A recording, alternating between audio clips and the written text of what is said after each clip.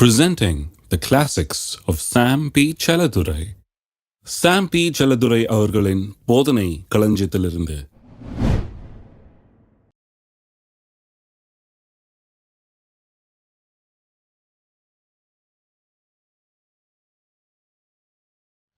Steps to answered prayer, அதாவது பதிலை பெற்றுக்கொள்ளுகிற விதத்திலே, நிச்சயமாய் பதிலை பெற்றுக்கொள்ளுகிற விதத்திலே எப்படி ஜெபிப்பது. 100க்கு 100%, 100 தடவை ஜெபம் பண்ணால் 100 தடவையும் பதில் கிடைக்கிற அளவுக்கு எப்படி ஜெபிப்பது, அதற்கு வழிமுறைகள் என்ன என்பது குறித்து போதித்து வருகிறேன். அதில் ஏற்கனவே நான் 8 காரியங்களை போதித்து விட்டு சென்ற வாரம் 9வது காரியத்துக்கு வந்தோம். அந்த 9வது காரியத்தை இன்னைக்கு இன்னும் கொஞ்சம் அதிகமாக போதிக்க விரும்புகிறேன். ரொம்ப முக்கியமான ஒரு காரியம். நீங்கள் விரும்பி கேட்டுக்கொண்ட காரியங்களை நீங்கள் அடையும்படியாக தேவன் உங்களுக்கு ஒரு செயல் திட்டத்தை தருவார் என்று எதிர்பாருங்கள்.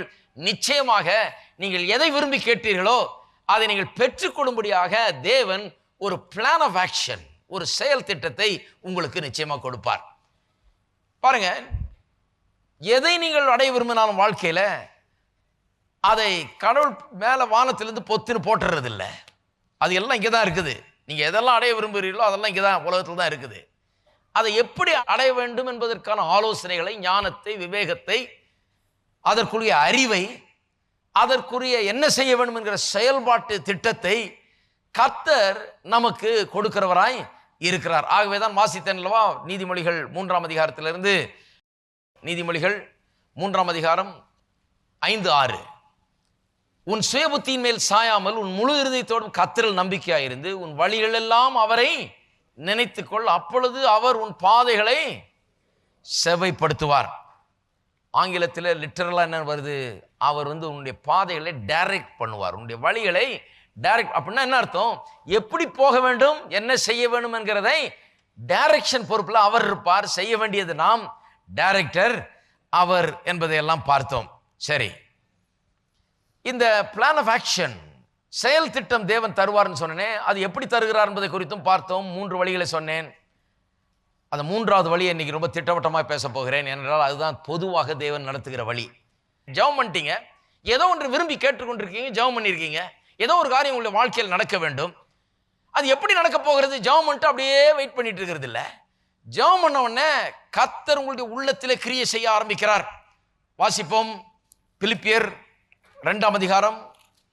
சில காரியங்களை நாம் திட்டவட்டமாய் தெரிந்து கொள்ள வேண்டும். பாருங்க, இப்படிதான் வேலை நடக்குது. ஜெபத்துக்கு பிறகு என்ன நடக்குதுன்னு கேட்குறீங்க. என்னையா ஜெபம் பண்ண, கர்த்தர் ஒன்றும் பதிலை கொண்டாடலையேங்கிறீங்க. கர்த்தர் உள்ளே வச்சுக்கிட்டு பேசுறதுக்கு ஆயத்தமாக இருக்கிறாரு, அவர் தட்டிக்கிட்டே இருக்கிறாரு, கவனிங்கிறாரு. நாம் கவனிக்கிறதே கிடையாது. எப்படி இதெல்லாம் நடக்கிறதுங்கிறத நாம் புரிந்து கொள்ளவில்லை. 2ஆம் அதிகாரம் 12ஆம் வசனம் 13ஆம் வசனம். ஆதலால் எனக்கு பிரியமானவர்களே, நீங்கள் எப்பொழுதும் கீழ்ப்படுகிறபடியே நான் உங்களுக்கு சமீபமாக இருக்கும்பொழுது மாத்திரமல்ல, நான் தூரமாக இருக்கிற இப்பொழுதும் அதிக பயத்தோடும் நடுக்கத்தோடும் உங்கள் ரட்சிப்பு நிறைவேற பிரயாசப்படுங்கள். ஏனெனில் தேவனே தம்முடைய தயவுள்ள சித்தத்தின்படி விருப்பத்தையும் செய்கையையும் உங்களில் உண்டாக்குகிறவராய் இருக்கிறார்.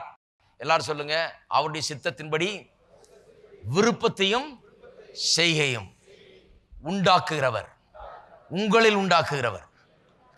அப்ப எனக்குள்ள சில விருப்பங்களையும் சில செயல்களையும் உண்டாக்குகிறார். ஆங்கிலத்தில் ரொம்ப நல்லா சொல்லிடுது, the will and to do.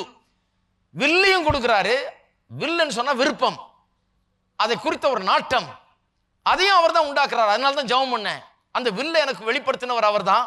எனக்குள்ள ஆவியானவர் கிரியை செய்து இந்த மாதிரி காரியங்களை நான் செய்ய வேண்டும் என்று சொல்லி அவருடைய வில்லை எனக்கு கொடுத்திருக்கிறாரு. வில்லை கொடுத்தது மட்டுமில்லாமல் அதற்கேற்ற செயலையும் நான் என்ன செய்ய வேண்டும் என்கிற அடுத்த ஸ்டெப் என்ன பண்ண வேண்டும். வெறும் வில்லை மட்டும் கொடுக்கறது இல்லை. வில்லை கொடுத்தோன்னு நான் ஜெபிக்க ஆரம்பிச்சிட்டேன். அதுக்கப்புறம் அதுக்குரிய செயலை அவர் எனக்கு கொடுக்க ஆரம்பித்து விட்டார். இப்படிதான் கர்த்தர் எனக்குள்ள அதை செய்கிறாராம், எனக்குள்ள அதை செய்து கொண்டிருக்கிறார்.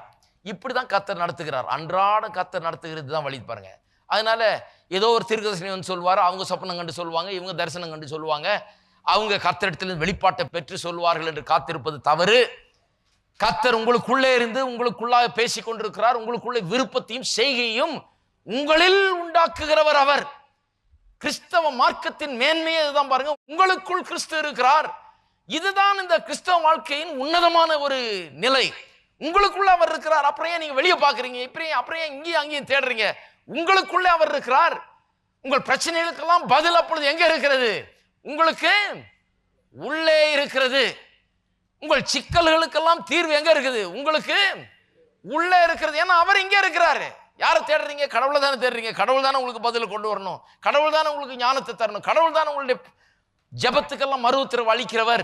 அவர் எப்படி அளிக்கிறார்? உங்களுக்குள்ள விருப்பத்தை உண்டு பண்ணி அதை நீங்கள் ஜெபிக்க வேண்டும் என்று செய்தவர் இப்பொழுது செயலையும் உண்டு பண்ணுகிறார். இப்பொழுது he gives you the plan of action.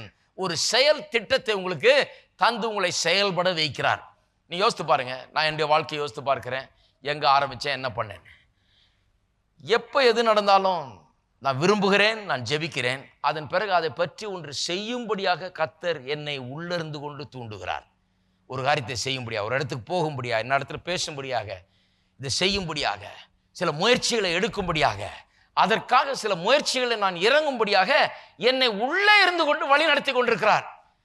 அப்படி நான் செய்யும் போது கர்த்தரால் நடத்தப்பட்டு அந்த செயல் திட்டத்தை எனக்குள்ள வைத்துக் கொண்டு கர்த்தர் கொடுத்த திட்டத்தின்படி நான் காரியங்களை செய்யும் போது நான் எதை ஜெபித்து வேண்டிக் கொண்டிருக்கிறேனோ அந்த காரியங்கள் நிறைவேறுவதற்கு அது ஒரு வாசலாய் அமைந்து விடுகிறது. கர்த்தர் நான் சொல்றேன், வா நான் கொண்டு போறேன். ஜெபம் பண்ணல, இப்ப கேள் நான் சொல்றத.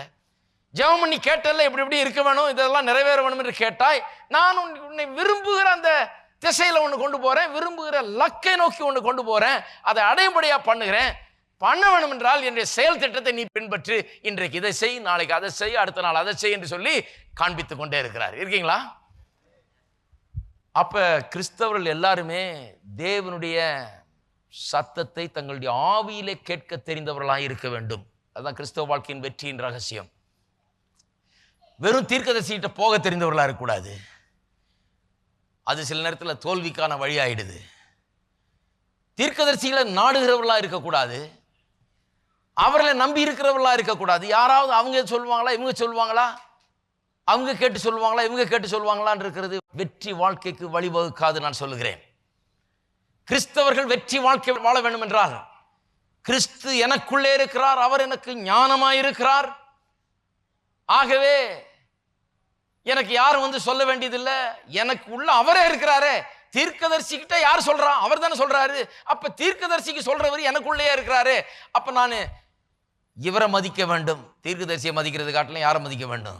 இவரை மதிக்க வேண்டும் என்கிற எண்ணம் வந்து இவரை எப்படி மதிப்பது, இவருடைய சத்தத்தை எப்படி கேட்பது, இவருடைய வழி நடத்துதலை எப்படி புரிந்து கொள்வது என்பதில் பெரிய எக்ஸ்பர்ட்ஸா மாற வேண்டும். நாம் கர்த்தருடைய வழி நடத்துதலை உள்ளத்தில் அறிந்து கொண்டு அதன்படி நடக்கிறவர்களாக இருக்கும்போது தோல்வியே ஏற்படாது. பாருங்க, யாராவது வந்து தப்பா என்னத்தையா சொல்லிவிட்டா கூட நாம போய் அந்த படுகொலியில விழ மாட்டோம். ஏனென்றால் கர்த்தர் நம்ம நடத்துகிறார். யாராவது ஒருத்தர் தீர்க்கதரிசனம் சொன்னா கூட நம்முடைய ஆவியானவற்றை நாம கேட்டுக்கலாம். இது கரெக்டா, இவர் சொன்னது கரெக்டா, நீர் சொன்னாதான் நான் செய்ய போறேன், அவர் சொல்றாரு நீர் சொல்றாரு, ஆனா உமக்கு என்னுடைய அட்ரஸும் தெரியும் ஆண்டவரே. அவர் அட்ரஸ் தானே தெரியும் ஆண்டவருக்கு, என் வீடும் தெரியும் அவருக்கு, எனக்கும் அவர் சொல்ல முடியும். அவர் மட்டுமா லைன் வச்சிருக்காரு, ஸ்பெஷல் லைன் ஆண்டவருக்கு? இல்லை, எனக்கும் லைன் இருக்கு, ஸ்பெஷல் லைன். நானும் அவரோடு தொடர்பு கொள்ள முடியும். ஆகவே என் கழுத்தை கொண்டு போய் இன்னொருத்திட்ட கொடுக்க கூடாது. பாருங்க, ஆவியானவர் என்னை நடத்துகிறேன் என்று சொல்லுகிறார். அப்ப எப்படி நடத்துகிறார்? என்னுடைய விருப்பத்தையும் செயலையும் எனக்குள்ளே கட்டளையிடுகிறார். இது ரொம்ப முக்கியமான ஒரு காரியம். பாருங்க, கொஞ்சம் கவனிப்போம். கொலோசியருக்கு திருப்போம். ஒரு காரியத்தை காண்பிக்க விரும்புகிறேன். நம்முடைய வாழ்க்கையில, கிறிஸ்தவ வாழ்க்கையில மிக முக்கியமான காரியம் என்னவென்றால் ஆவியானவர் நமக்குள்ளே இருந்து நடத்துகிறார். கிறிஸ்து நமக்குள்ளே இருக்கிறார். இதுதான் கிறிஸ்தவ வாழ்க்கையின் மேன்மை. இதை இன்று புரிந்து கொள்ள வேண்டும். 27ஆம் வசனம் 1:27, புறஜாதிகளுக்குள்ளே விளங்கிய இந்த ரகசியத்தில் உள்ள மகிமையின் ஐஸ்வர்யம் என்னதென்று தேவன் தம்முடைய பரிசுத்தவான்களுக்கு தெரியப்படுத்த சித்தமானார். கிறிஸ்துவானவர் மகிமையின் நம்பிக்கையாக உங்களுக்குள் இருப்பதே அந்த ரகசியம். கிறிஸ்துவானவர் மகிமை நம்பிக்கையாக உங்களுக்குள் இருப்பதே அந்த ரகசியம். கிறிஸ்தவ வாழ்க்கையில பெரிய காரியம் என்ன என்றால் கிறிஸ்துவானவர் மகிமையின் நம்பிக்கையாக உங்களுக்குள் இருப்பதே, அதுதான் மிகப்பெரிய காரியம். என்ன பெரிய காரியம் கிறிஸ்தவ வாழ்க்கையில? என்னங்க, பரலோகத்துக்கு டிக்கெட் வாங்கிட்டீங்களா? சில சொல்றாங்க, நான் இயேசு விசுவாசத்திற்கும் பரலோகம் போறேன். ஆமா, போறீங்க, உண்மைதான். ஆனா கிறிஸ்தவ வாழ்க்கையில மிகப்பெரிய காரியம் என்ன? பரலோக போறீங்கன்றதா? கிடையாது. பரலோகத்தின் தேவன் இன்றைக்கு பூலோகத்திலே உங்களுடைய உள்ளத்திலே வந்து வாசம் பண்ணுகிறார். பரலோகத்தை இன்றைக்கு ருசி பார்த்துக் கொண்டிருக்கிறீர்கள். இதை புரிந்து கொள்ளாதவர்கள் அவங்க நினைச்சிருக்காங்க பரலோகம் போன பிறகுதான் எல்லாம் கிடைக்க போகுதுன்னு. பரலோகத்தின் தேவன், பரலோகத்தின் ஐஸ்வர்யத்தின் தேவன் தம்முடைய ஐஸ்வர்யத்தின்படி எல்லா தேவையும் எனக்கு சந்திக்கிறேன்னு சொன்ன அந்த தேவன் அங்கிருந்து இறங்கி வந்து என்னுடைய உள்ளத்திலே வாசம் பண்ணும்படியாக எனக்கு உள்ளே வந்து விட்டார். இதுதான் கிறிஸ்தவ வாழ்க்கையின் மேன்மை. வேற எங்கேயும் இது போதிக்கவில்லை. கர்த்தர் எனக்குள்ளே இருக்கிறார், தேவன் எனக்குள்ளே வாசம் பண்ணி கொண்டிருக்கிறார், அவர் மகிமையின் நம்பிக்கையாக எனக்குள்ளே இருந்து கொண்டிருக்கிறார். கிரைஸ்ட் இன் மீ, கிறிஸ்து எனக்குள்ளே இருக்கார்ன்றதுதான் கிறிஸ்தவ வாழ்க்கையின் பெரிய காரியம். 1 யோவானுக்கு திருப்போம். 1 யோவான் 3ஆம் அதிகாரம் 24ஆம் வசனம். 3:24. அவருடைய கட்டளைகளை கை கொள்ளுகிறவன் அவரில் நிலைத்திருக்கிறான், அவரும் அவனில் நிலைத்திருக்கிறார். அவர் நம்மில் நிலைத்திருக்கிறதே அவர் நமக்கு தந்தருளின ஆவியினாலே அறிந்திருக்கிறோம். சிம்பிளா சொல்றேன் பாருங்க. கர்த்தர் நமக்குள்ள இருக்கிறாரா, நாம் அவருக்குள் இருக்கிறோம். அவருடைய கட்டளைகளை கை கொள்ளுகிறவன் அவரில் நிலைத்திருக்கிறான், அவரில் நிலைத்திருக்கிறான், நான் அவருக்குள்ள இருக்கிறேன். அவரும் அவனில் நிலைத்திருக்கிறார். நிலைத்திருக்கிறார்னா அவனுக்குள் தங்கி இருக்கிறார். இயேசுவே சொன்னார், என்னுடைய கற்பனைகள் கேட்டு அதன்படி செய்கிறவன் இடத்துல பிதாவும் நானும் அவனிலே வாசம் பண்ணுவோம். அதே தான் சொல்றாரு இவரு. அவரும் அவனில் நிலைத்திருக்கிறார், அவர் நம்மில் நிலைத்திருக்கிறதை, அதாவது அவர் எனக்குள்ள இருக்கிறார் என்பதை எனக்கு எப்படி தெரியும்? அவர் நமக்கு தந்தருளின ஆவியினாலே அறிந்திருக்கிறோம். அப்ப நமக்குள்ள இருக்கிற ஆவியானவர் நமக்கு எப்போதும் ஒரு காரியத்தை நினைவுபடுத்தி கொண்டே இருக்கிறார். என்ன நினைவுபடுத்தி கொண்டிருக்கிறார்? கிறிஸ்து எனக்குள்ளே இருக்கிறார், அவர் எனக்குள்ள வாசம் பண்ணுகிறார் என்பதை எனக்கு நினைவுபடுத்தி கொண்டே இருக்கிறார். எல்லாரும் சொல்லுவோம், கிறிஸ்து எனக்குள் வாசம் பண்ணி கொண்டிருக்கிறார். ஆவியானவர் இதை நினைவுபடுத்தி கொண்டே இருக்கிறார். சர்வ வல்லமையின் தேவன், அவரால் எல்லாம் கூடும். அப்பேற்பட்ட தேவன் எனக்குள்ள வாசம் பண்ணி கொண்டிருக்கிறார். என்னை மாற்றும்படியாக, எனக்கு உதவும்படியாக எனக்குள்ளே அவர் தங்கி இருக்கிறார். எபேசியர் திருப்போம். எபேசியர் 3ஆம் அதிகாரம் 16ஆம் வசனம். 16ஆம் வசனம் முதல் 3:16 முதல். நீங்கள் அவருடைய ஆவியினாலே உள்ளான மனுஷனில் வல்லமையாய் பலப்படவும், விசுவாசத்தினாலே கிறிஸ்து உங்கள் இருதயங்களில் வாசமாய் இருக்கவும், நீங்கள் அன்பினாலே வேரூன்றி நிலை பெற்றவர்களாகி சகல பரிசுத்தவான்களோடு கூட கிறிஸ்துவனுடைய அன்பின் அகலமும் நீளமும் ஆழமும் உயரமும் என்னதென்று உணர்ந்து அறிவு கட்டாத அந்த அன்பை அறிந்து கொள்ள வல்லவர்களாகவும் தேவனுடைய சகல பரிபூரணத்தாலும் நிறையப்படவும் அவர் தமது மகிமையினுடைய ஐஸ்வர்யத்தின்படியே உங்களுக்கு அனுக்கிரகம் பண்ண வேண்டும் என்று வேண்டிக் கொள்ளுகிறேன். என்ன அருமையா சொல்லப்பட்டிருக்கு பாருங்க. கிறிஸ்து உங்கள் இருதயத்தில் வாசமாக இருக்க வேண்டும், தேவனுடைய சகல பரிபூரணத்தினாலும் நீங்கள் நிறையப்பட வேண்டும், அதற்கு கர்த்தர் உங்களுக்கு அனுக்கிரகம் பண்ண வேண்டும் என்று சொல்லுகிறார். இப்போ என்ன அர்த்தம்? கிறிஸ்தவ வாழ்க்கை என்கிறது கிறிஸ்து என்னை நிரப்புவது, அவருடைய பிரசன்னத்தினால் என்னை நிரப்புவது, அவருடைய சகல பரிபூரணத்தினால் நான் நிரப்பப்படுவது, அதுதான் கிறிஸ்தவ வாழ்க்கை. இன்னொரு வசனம் 1:31 வசனம். அவரே, அதாவது கிறிஸ்துவே தேவனால் நமக்கு ஞானமும் நீதியும் மீட்புமானார். அப்ப கிறிஸ்துவே எனக்கு என்னவா இருக்கிறார்? ஞானமாய் இருக்கிறார். அப்ப என்னுடைய ஜெபத்திலே நான் சில பிரச்சனைகளை குறித்து ஜெபித்திருக்கிறேன், சில பதில்களை நாடிக்கொண்டிருக்கிறேன், சில சிக்கல்களை தீர்க்க விரும்புகிறேன், இதற்காக நான் ஜெபித்திருக்கிறேன். ஜெபத்துக்கு பதில் எங்கிருந்து வரப்போகிறது? எப்படி இந்த ஜெபத்துக்கு பதிலுக்கு வழி உண்டாக போகிறது? ஞானமாயிருக்கிற அவர், தம்முடைய அனந்த ஞானத்தினால் இந்த உலகத்தை உண்டாக்கினவர், அனந்த ஞானத்தினால் மீட்பை உண்டு பண்ணின அந்த தேவன், அவர் எனக்குள்ளே வாசம் பண்ணி கொண்டிருந்து என்னுடைய இந்த சின்ன சின்ன சிக்கல்லாம், நீங்க பெருசுன்னு நினைக்கிறீங்க, முடிச்ச எடுக்க முடியாத சிக்கல் நீங்க நினைக்கிறீங்க, இந்த சின்ன சின்ன சிக்கல்லாம் தீர்த்து வைக்கிறதுக்காக அவர் எனக்குள்ளே இருந்து கொண்டு, தேவாதி தேவன் கர்த்தாதி கர்த்தன் ஞானமாய் இருந்து கொண்டு எனக்கு உதவி செய்து கொண்டிருக்கிறார். அதனால தான் நான் விசுவாசிக்கிறேன்.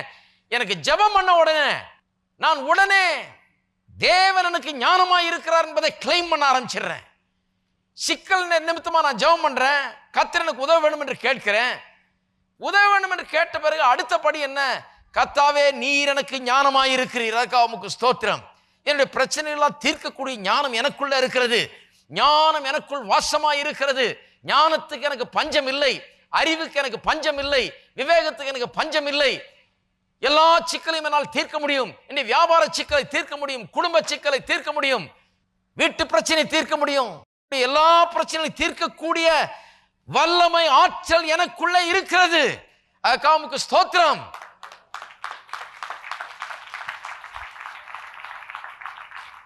என்னுடைய பொருளாதார சிக்கல்களை பிரச்சனைகளை நான் தீர்க்க முடியும், அதுக்கெல்லாம் பதில் இங்கே இருக்குது.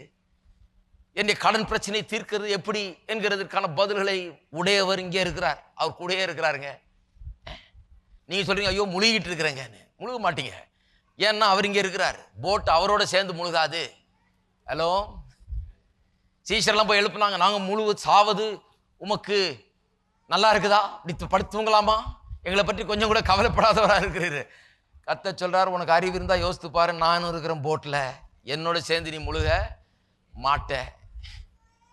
எல்லாரும் சேர்ந்து சொல்லுவோம், கர்த்தர் என்னுடைய உள்ளத்திலே வாசமாயிருக்கிறார், அவர் என்னுடைய ஆண்டவர், ஆகவே எனக்கு தோல்வி என்பது கிடையாது. அப்ப இருக்கிற பிரச்சனைக்கெல்லாம் பதில் எங்க இருக்குது? இந்த ஆண்டவர், இந்த ஞானி, சர்வ ஞானி. யார் என்ன தந்திரம் பண்றா, யார் என்ன சதி பண்றா, யார் என்ன பண்றான்னு எல்லாத்தையும் முன்கூட்டியே நமக்கு காட்டி எல்லாம் வழி நடத்தி நம்ம அவனுக்கு மேல 4 ஸ்டெப்பு முன்னால வைக்கிறதுக்கு இவர் வல்லவராய் இருக்கிறார். ஆகவே நமக்கு எப்போதும் வெற்றி தான்.